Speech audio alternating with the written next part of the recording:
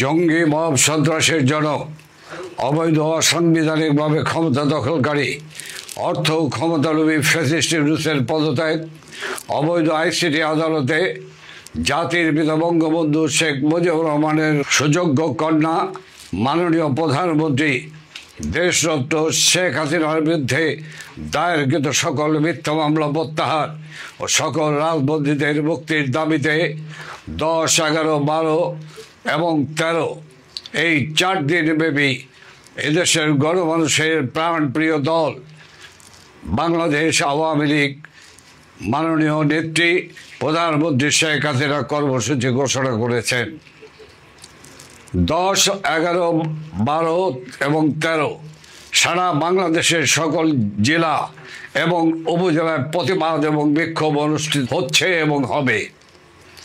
13 তারিখ সকাল থেকে সন্ধ্যা পর্যন্ত ঢাকা মহানগরীতে লকডাউন পালন করুন। এই লকডাউনে গাড়ি ঘোড়া যানবাহন, অফিস আদালত, শিক্ষা প্রতিষ্ঠান, কল কারখানা সব বন্ধ রেখে এই অবৈধ জঙ্গি ইউনূস সরকারের বিরুদ্ধে আপনারা অনাস্থা জ্ঞাপন করুন। এই কর্মসূচি পালন করতে গিয়ে ইতিমধ্যে আমরা লক্ষ্য করছি সারা দেশের সকল আপাম জনসাধারণ এক গণজাগরণ সৃষ্টি করেছে। এই গণজাগরণের মধ্য দিয়ে আজকে বাংলাদেশে গতদিন যে কর্মসূচি পালিত হয়েছে, আজকে সারাদিন যে কর্মসূচি পালিত হয়েছে, এর মধ্য দিয়ে এই অবৈধ সরকারের টনক নড়েছে। পায়ের তলার মাটি আজকে টলটলায়মান। আর সেই কারণেই হিংস্র হায়নার মতো ঝাঁপিয়ে পড়েছে আন্দোলনকারী এবং সাধারণ মানুষের উপরে ঝাঁপিয়ে পড়েছে।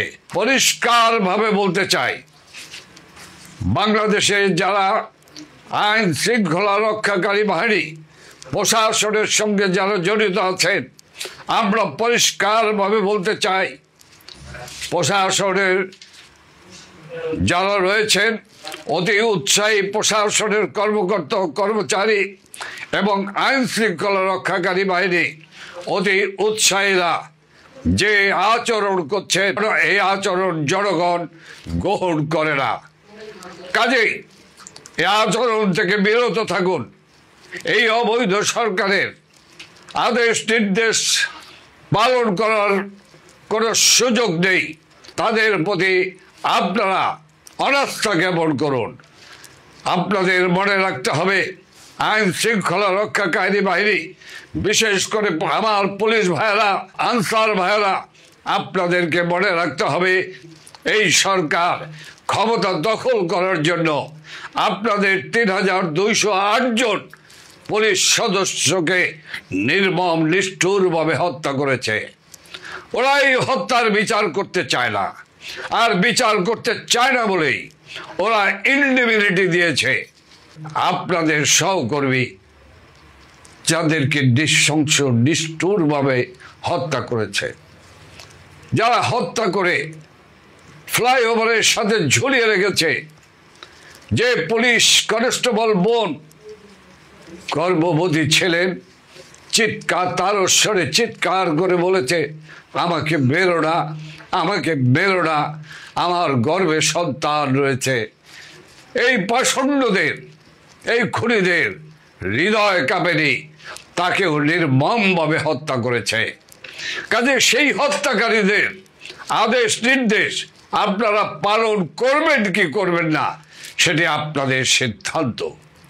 মনে রাখতে হবে, এই বাংলার জনগণ এই অবৈধ সরকারকে কোনোভাবেই গ্রহণ করেনি। কাজেই সেই সরকারের আদেশ নির্দেশ পালন করার কোনো সুযোগ নেই। আমি পরিষ্কারভাবে বলতে চাই, যে আইসিটি আদালত যুদ্ধ অপরাধীদের বিচার করা হয়েছে, সেই আইসিটি অবৈধ সরকারের অবৈধ আইসিটি আদালত।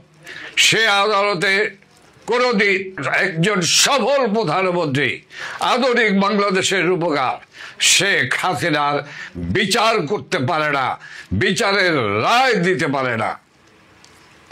বিচার করবে বাংলার জনগণ, বিচারের আদালত হলো বাংলার জনগণ এবং দেশে একটি দল নিরপেক্ষ তত্ত্বাবধায়ক সরকারের অধীনে একটি নির্বাচনী হলো বিচারের মাপকাঠি।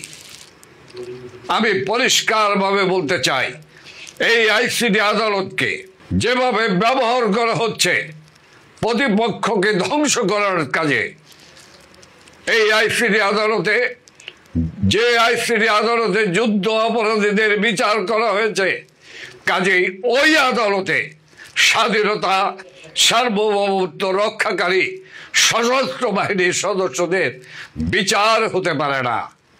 সেনাবাহিনীর কোনো সদস্য ওই কোর্টে হাজিরা দেবে না। বাংলাদেশের আইসিটি আদালত এই মুহূর্তে বন্ধ করতে হবে। সকল রাজবন্দী সহ সেনাবাহিনীর সকল সদস্যদের মুক্তি দিতেই হবে। আমি আপামর জনসাধারণকে, বিশেষ করে ঢাকা মহানগরের সকল মানুষের কাছে আমি আকুল আবেদন জানাচ্ছি, আসুন 13ই নভেম্বর বৃহস্পতিবার সকাল সন্ধ্যা লকডাউনকে সফল করুন। এই লকডাউনের সফলতার মধ্য দিয়ে আমরা আন্দোলনকে, এই জাগরণকে আমরা জাতীয় জাগরণে পরিণত করে আমরা এই সরকারকে পদত্যাগে বাধ্য করব। সাধারণ মানুষের জীবন জীবিকা একটি দুর্বিষহ হয়ে দাঁড়িয়েছে, কাজেই এই সরকারের কোনো দায় জনগণের কাছে নেই, কারণ এই সরকার জনগণের সরকার নয়। জয় বাংলা, জয় বঙ্গবন্ধু, জয় শেখ হাসিনার জয়।